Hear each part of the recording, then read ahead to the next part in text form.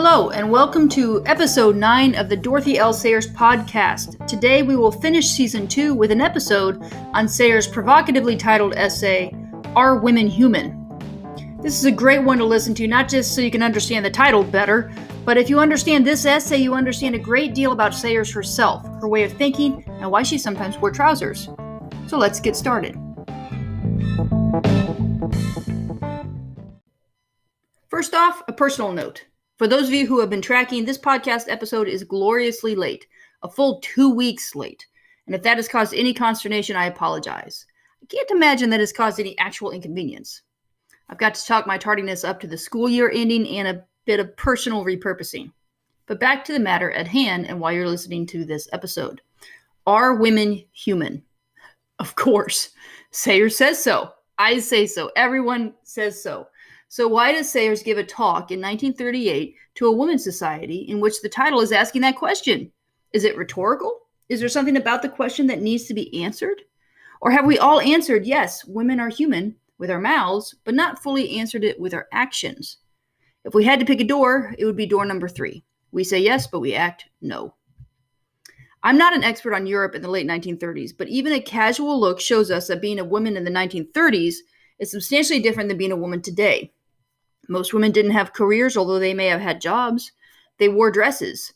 They had just recently won the ability to vote, though that had been gradual.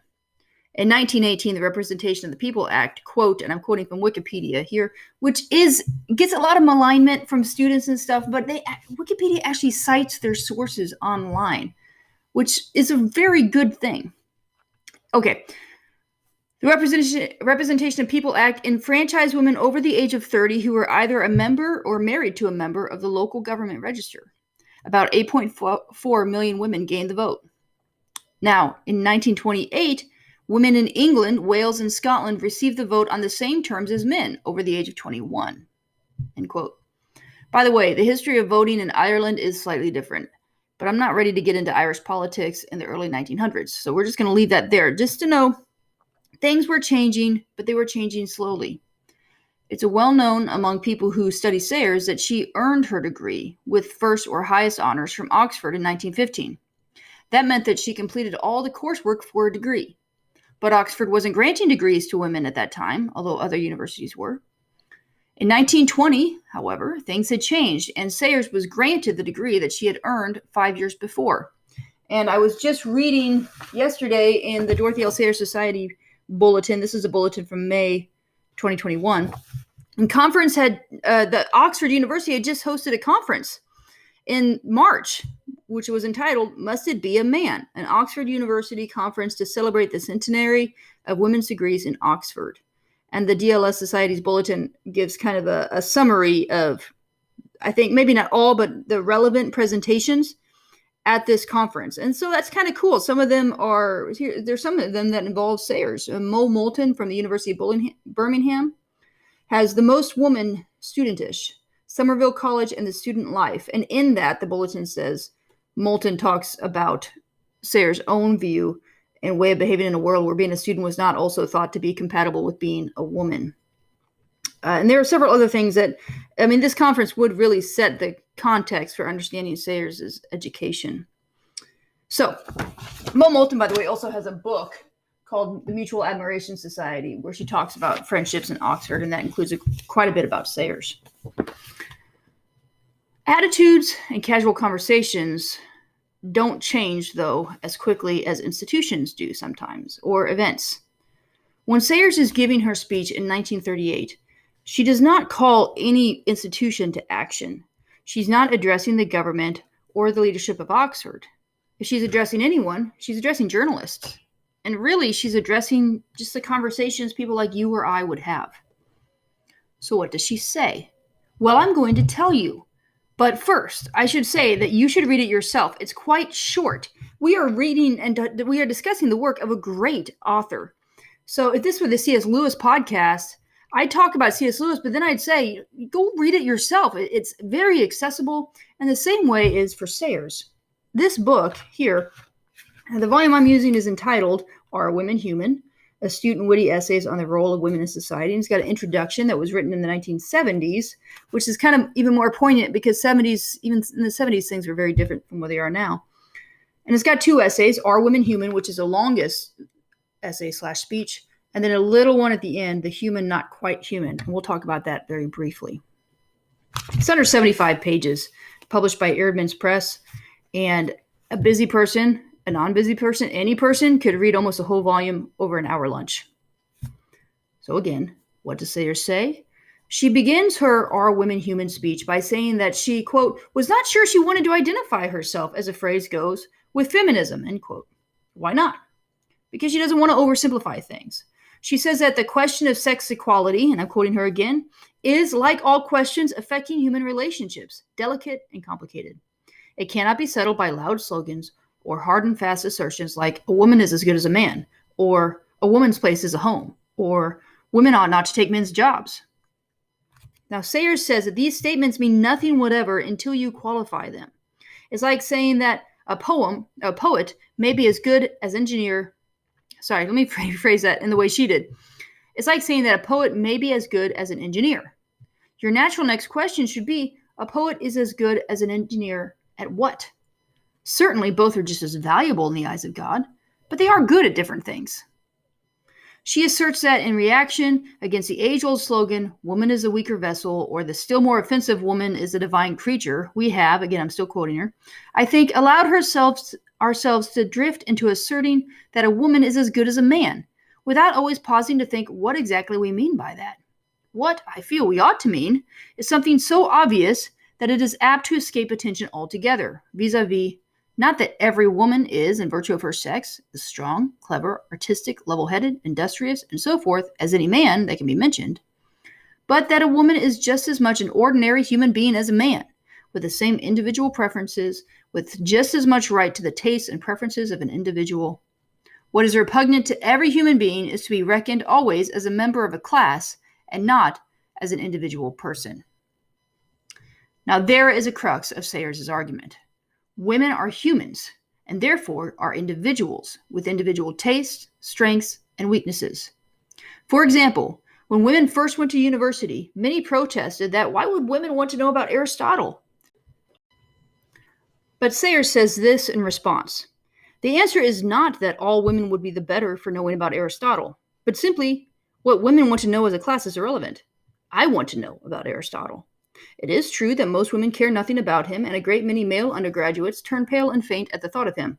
But I, eccentric individual that I am, do want to know about Aristotle, and I submit that there is nothing in my shape or bodily functions which need prevent my knowing about him.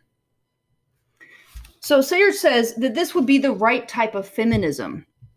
Because remember at the beginning she said she doesn't want to be a feminist. It's not that there was never an era of feminism that she disagreed with. It's not that she didn't want to be a feminist in certain ways. To discuss this, she uses the illustration of trousers and suspenders.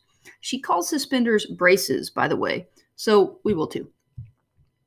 Why should women not wear trousers? Again, this is in the 1930s. Sayers wore trousers frequently, and she got a lot of flack for it. So she says this. We are asked, why do you want to go about in trousers? They are extremely unbecoming to most of you. You only do it to copy the men. To this we may very properly reply, it is true that they are unbecoming. Even on men they are remarkably unattractive. But as you men have discovered for yourselves, you are comfortable. They are comfortable. They do not get in the way of one's activities like skirts, and they protect the wearer from drafts about the ankles. As a human being, I like comfort and dislike drafts. If the trousers do not attract you, so much the worse. For the moment, I do not want to attract you. I want to enjoy myself as a human being, and why not? As for copying you, certainly you thought of trousers first, and to that extent we must copy you. But we are not such abandoned copycats as to attach these useful garments to our bodies with braces. There, we draw the line.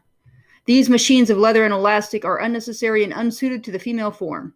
They are, moreover, hideous beyond description, which I never really thought of suspenders as being particularly hideous, but she has strong feelings about them. And as for indecency, of which you sometimes accuse the trousers, we at least can take our coats off without becoming the half-undressed bedroom spectacle that a man presents in his shirt and braces. So that when we hear that women have once more laid hands upon something which was previously a man's sole privilege, I think we have to ask ourselves, is this trousers or is it braces? Is it something useful, convenient, and suitable to a human being as such?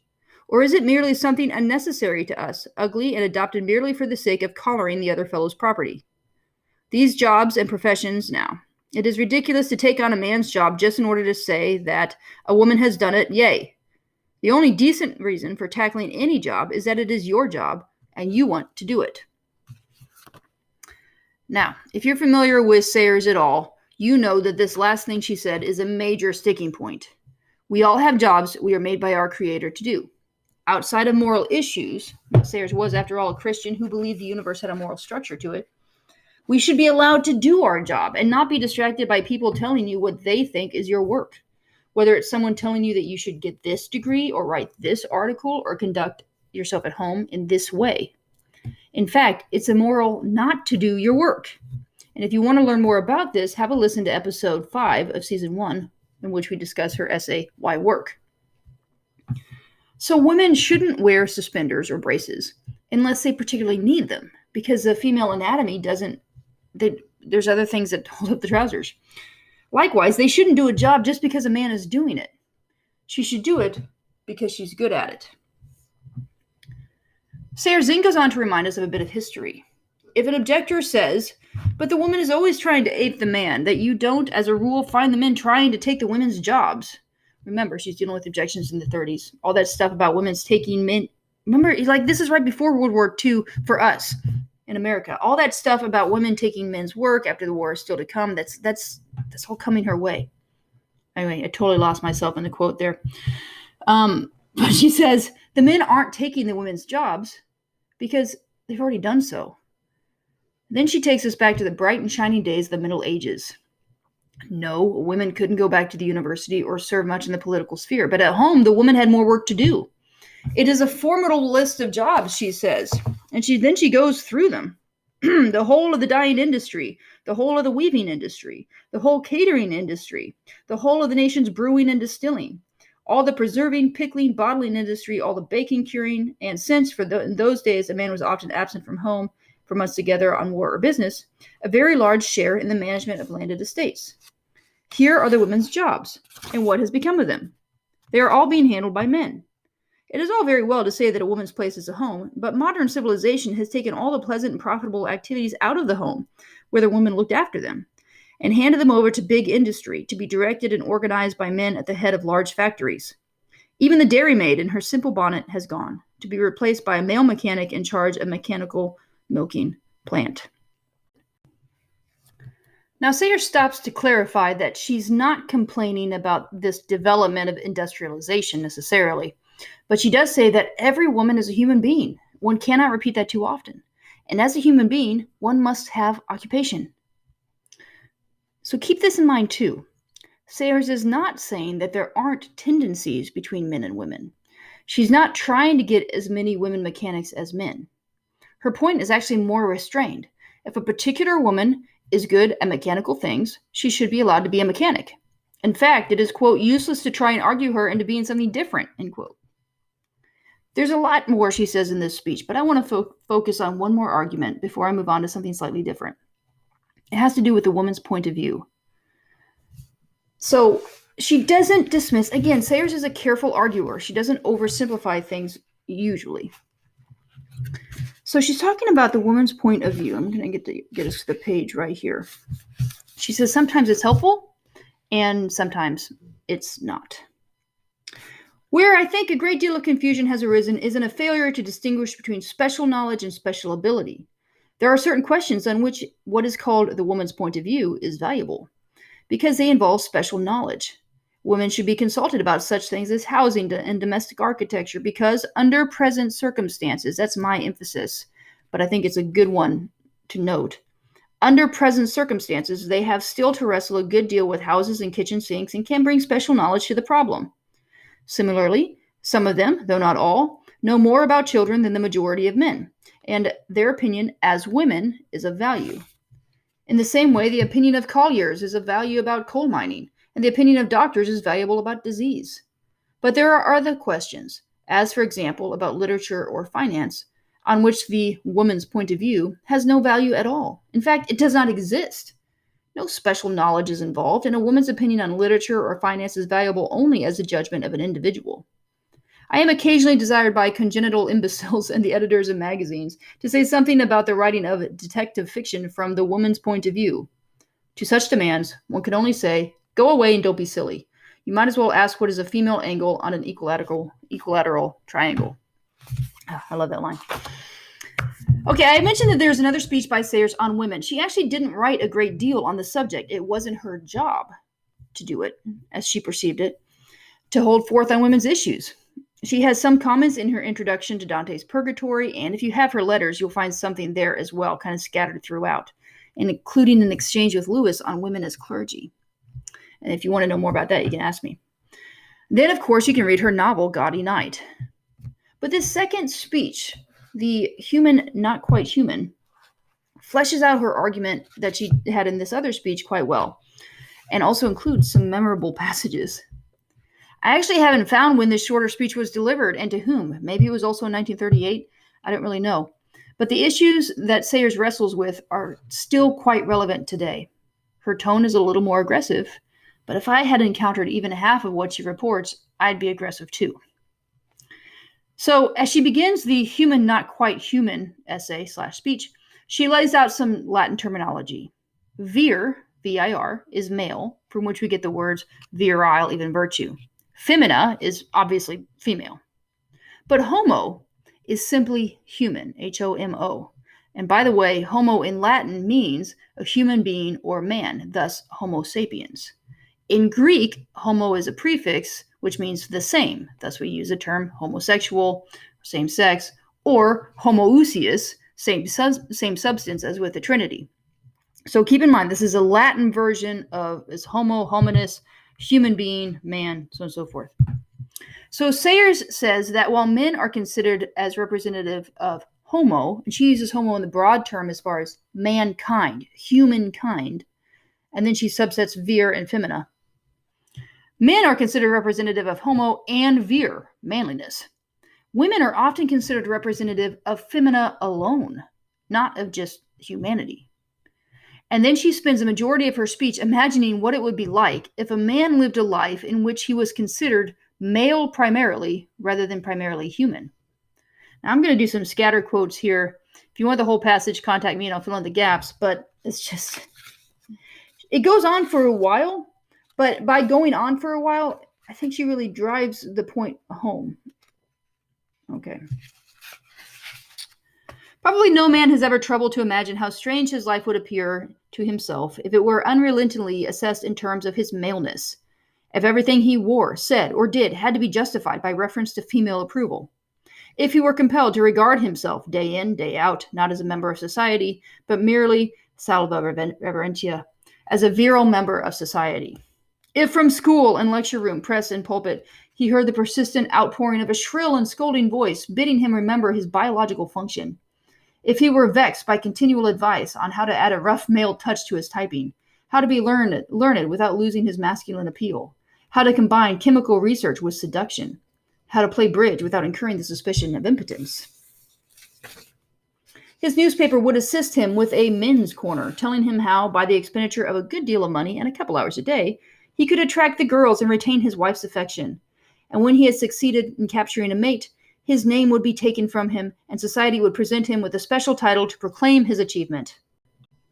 People would write books called History of the Male, or Males of the Bible, or Psychology of the Male, and he would be regaled daily with headlines such as Gentleman Doctor's Discovery, Male Secretary Wins Calcutta Sweep, Men Artists at the Academy.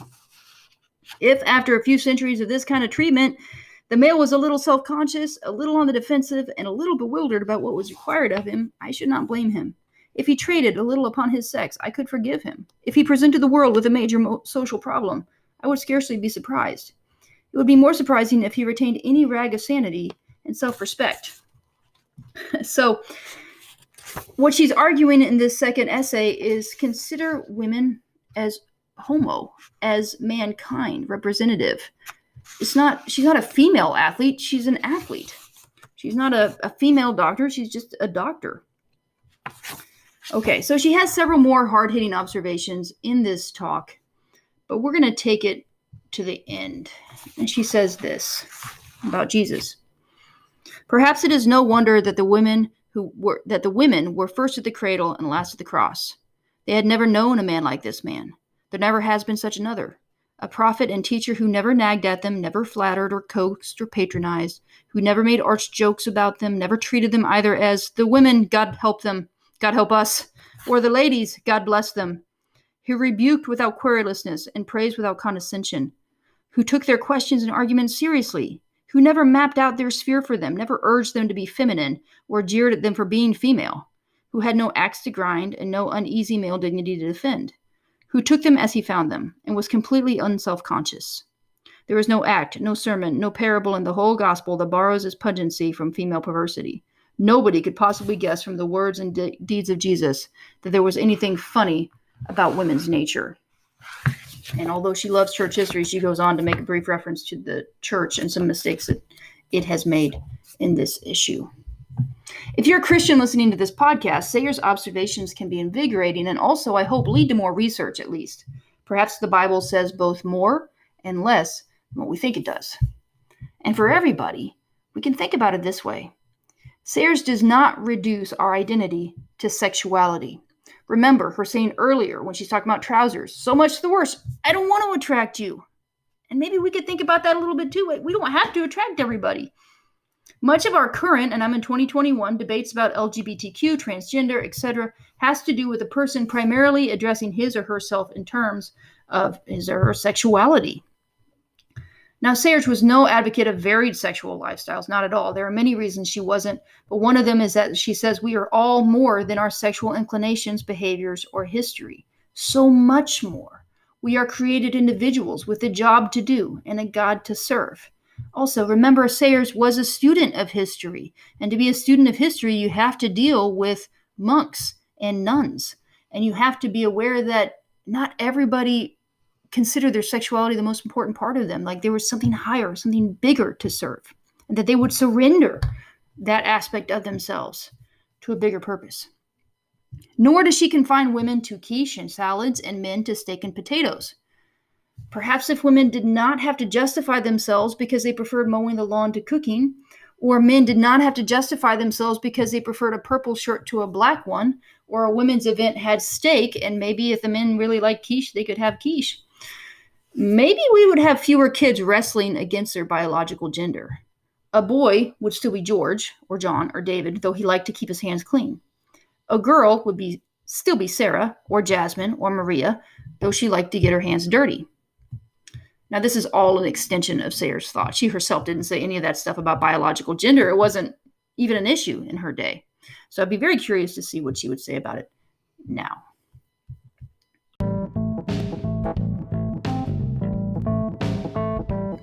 Thank you for joining me for episode 9 of season 2, Are Women Human? If you have any questions or comments, please email me at lindsayannschol@gmail.com or leave a comment on the YouTube edition of this episode. As I said earlier, this is the last podcast for a while. I hope to start season 3 in the next few months, but we'll see what happens. Have a great day, and peace be with you.